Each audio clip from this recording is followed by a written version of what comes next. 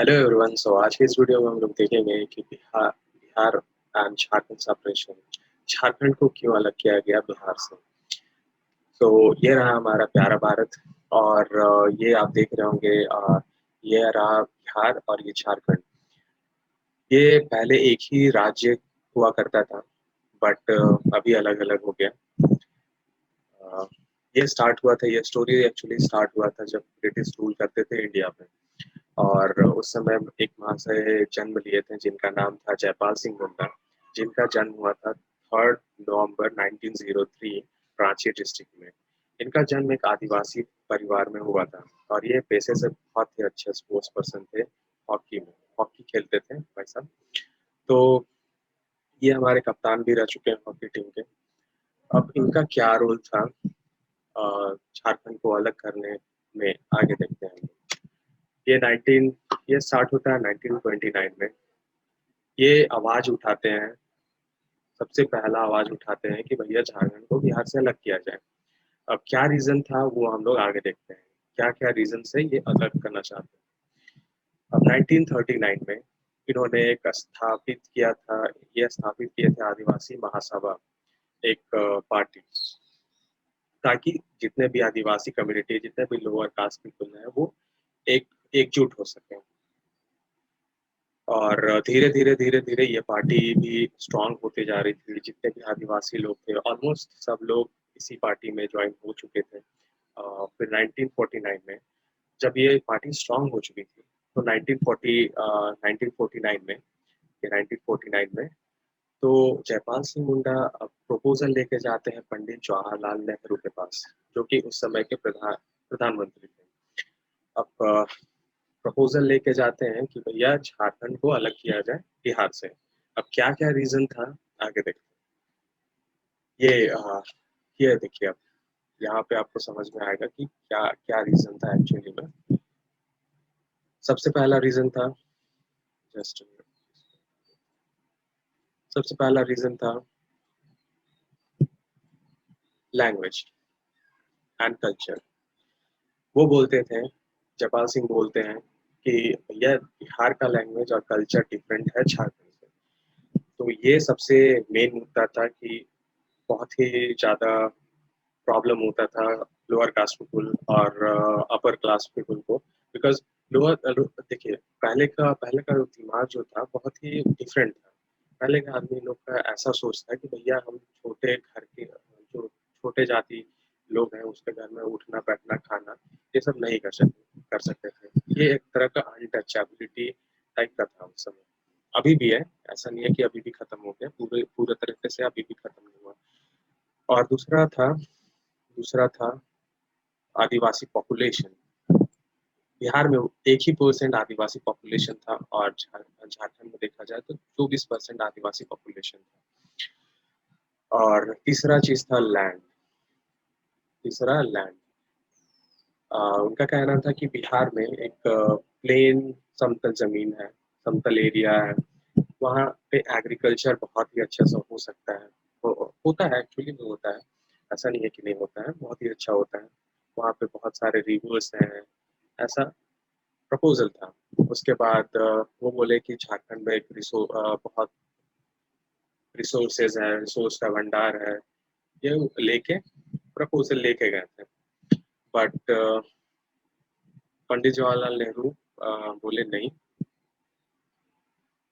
ये अलग नहीं होगा, अलग नहीं होगा।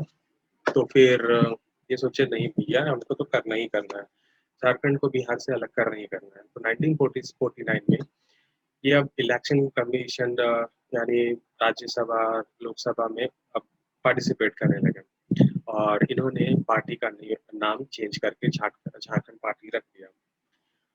धीरे धीरे ये भी पार्टी स्ट्रांग हो रही थी, बहुत ही अच्छी पार्टी बन चुकी थी, वेल एस्टैब्लिश, वेल सेटल्ड हो गई थी पार्टी।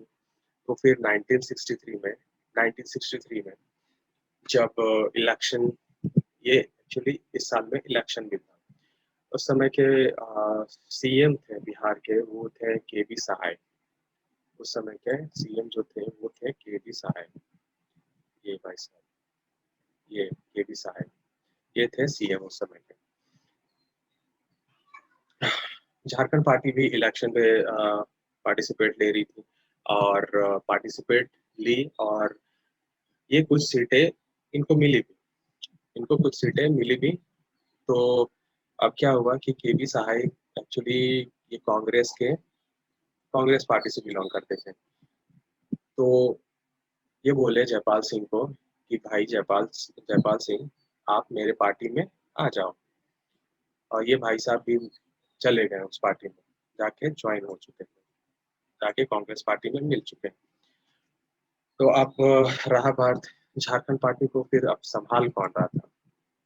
तो जयपाल सिंह का एक बहुत ही नजदीक करीबी एक दोस्त था जिनका नाम था अनिल होरो। ये अब पार्टी पार्टी के देख रेख करता करता बन चुके थे उस समय के। और इन्हीं के संचार इन्हीं के अनुरूप पार्टी भी चल रहा था, और जितना जैसा आंदोलन पहले था वो अब नहीं रहा था। और फिर जितना भी आक्रोश था, एक जोश था कि भैया झारखंड को अलग करना, वो धीरे धीरे कम हो गया था। बट 1972 में भाई साहब शिबू सोरेन आए थे। आप शिबू सोरेन को बहुत लोग जानते होंगे, ये भाई साहब, ये दाढ़ी वाले, इनका नाम है शिबू सोरेन। अब ये स्थापित करते हैं एक नया पार्टी जिसका नाम है झारखंड मुक्ति मोर्चा। बहुत लोग जानते भी होंगे, बहुत लोग नहीं भी जानते होंगे, पर अभी भी ये पार्टी है, झारखंड मुक्ति मोर्चा। अब ये इतना एग्रेसिवली मार्केट में उतरती है, इतना मतलब पूछिए, बता ही नहीं सकते। मतलब इतना एग्रेसिवली ये स्टार्ट करते हैं ये पार्टी को। बहुत सारी कम्युनिटीज, जितने भी लोअर क्लास, पहले पहले इनका टारगेट रहता है लोअर क्लास।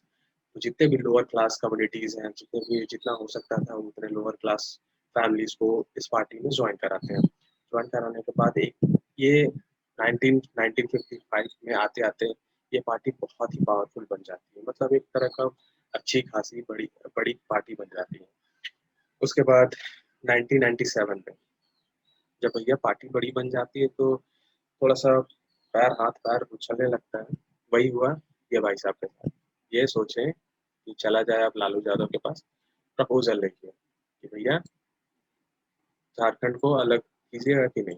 तो ये गए लालू यादव के पास कि भैया हमारे पास समर्थन है, अच्छी खासी बड़ी पार्टी है, तो हम आपको वोट दिला सकते हैं, चुनाव जितवा सकते हैं। तो हम हमारी एक इच्छा है कि आप झारखंड को अलग कीजिए।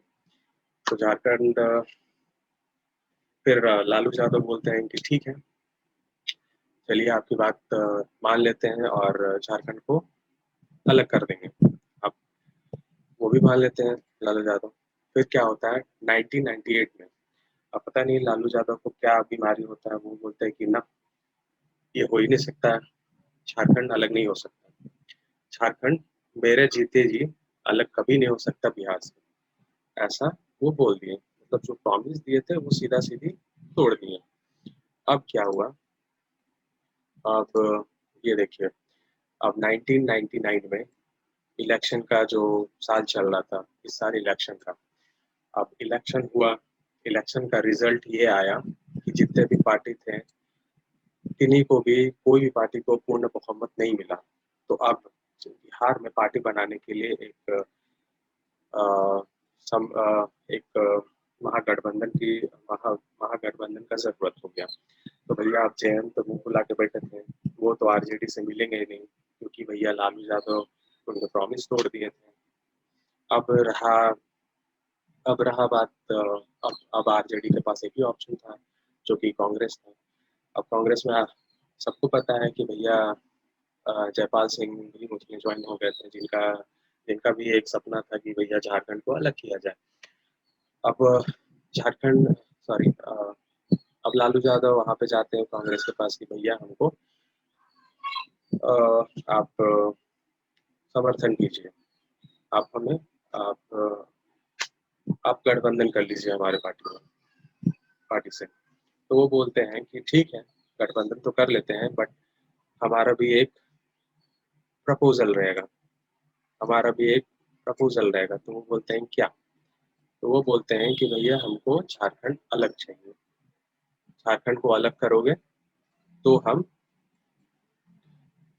महागठबंधन करने के लिए तैयार होंगे, नहीं तो फिर नहीं। तो लास्टली लालू यादव बोलते हैं ठीक है, एग्री हो जाते हैं। वो बोलते हैं ठीक है, हम भी एग्री हो जाते हैं। एग्री होने के बाद जो भी एग्रीमेंट वग्रीमेंट जो भी हुआ हो गया। उसके बाद फाइनली देखा जाए तो 14 नवंबर 2000 में झारखंड बिहार से अलग हो जाता है। अब तो अलग हो जाता है भाई। सो आई होप आप लोग को समझ में आया होगा, और धीरे धीरे मैं भी कोशिश करूंगा कि और भी अच्छे वीडियोस बनाऊं। और प्लीज कमेंट करके ये बताएं कि ये जो सेपरेशन था वो सही था या फिर गलत था, ये डिसीजन सही था या फिर गलत था। प्लीज कमेंट करके बताएं, और please keep supporting and please do subscribe my channel, ताकि हमें भी थोड़ा इनकरेज मिले, मोटिवेशन एक मिले कि हम आपके लिए अच्छे अच्छे वीडियोस बनाएं। Thank you.